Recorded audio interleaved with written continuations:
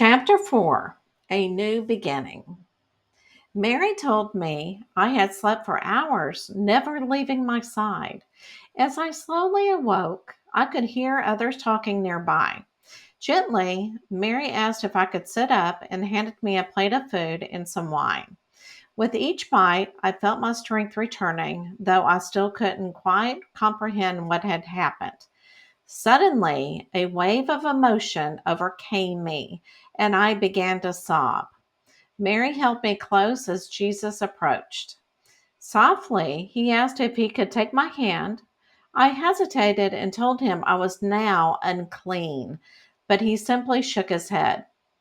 He reached out and said, "You radiate love and energy, and this type of energy is glorious and always clean. Your soul is always clean. Please take my hand." I gripped his hand and felt peaceful energy flow through me. Then I heard him pray. May you always have peace and love. You have empowerment. Don't let another soul take this empowerment from you. Find forgiveness and love. Call the angels, God, and the heavens to you. When you cry, we all cry. May you be blessed. I thanked him and sat quietly for a few minutes before asking Mary to help me out to the cart so that I could stand. I didn't want to miss the campfire festivities, and I needed to ask Jesus what he meant when he said I wouldn't return home. Mary and I found a spot under a tree where we watched as others began to arrive. I could feel eyes on me. Mary gently pointed out that my face still bore the marks of battle. It was swollen. She took my hand, and in that moment, I felt both safe and deeply grateful for her unwavering devotion. We sat in peaceful silence, simply enjoying the moment. The night was a miracle. More women were present. Jesus asked everyone to find a comfortable place. I heard the fire crackling and smelled the burning bark. Jesus raised his arms high to welcome us, calling us brothers and sisters. My heart jumped when I heard my name. Jesus asked, "Sarah, can you come join me?" Finding strength in my legs, I walked over to him. He gently asked if I would hold his hand. I nodded and placed my hand in his. Jesus then looked at everyone gathered and said, "We need to pray to the heavens for Sister Sarah." Everyone joined hands around the fire. As Jesus prayed, a powerful energy surged through me, making me feel lightheaded. Voices began to rise, speaking in different languages. I listened intently for my own light language. Then, unexpectedly, I started singing unfamiliar notes. How could this be? Tears welled up in my eyes. After a few moments, Jesus asked everyone to sit. He told us he was ready to channel a heavenly message. Brothers and sisters, I want you to know that yes, good things happen to good people, but also bad things can happen to good people. Sister Sarah experienced a violent event, even though we don't know why. We must have faith that we are protected by angels and warriors from the spiritual world. What happened to Sarah happened to us. We are Sarah, and Sarah is us. What she feels, we feel. Unfortunately, our society does not practice this. There are many rules that do not seem fair, but these are the times we live in. Many will think Sarah is not clean.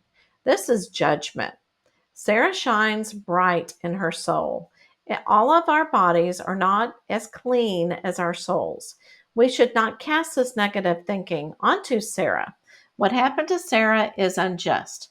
She will grieve as we grieve with her. Lessons are learned through our emotions. Forgiveness will be at the forefront of the emotions. We do not know anything about Sarah's attacker, but he is a part of us. This is a new beginning for Sarah. Her friend Mary cleansed her. With each new wipe with a cloth, new pathways to Sarah's journey were opened. Angels sang as Mary completed this ritual. The heavens were open for a short amount of time. Sarah has much to do in her lifetime. Let's honor and love Sarah. Let's not let this event define her. The black cloud over her is changed to abundance of light.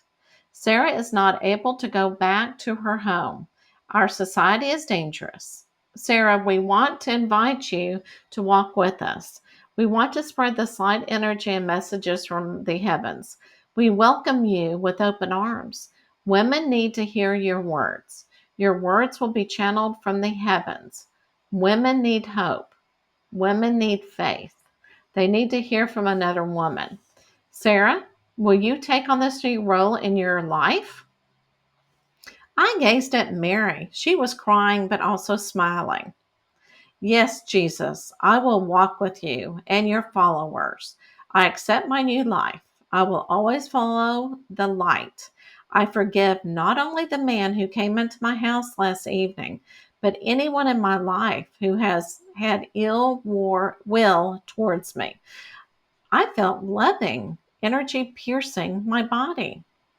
Jesus hugged me and said, with our sister healing and our accepting her new life, let's celebrate. Everyone clapped and yelled. More wine and food were brought in for the evening, which I will never forget. A new life, a new beginning.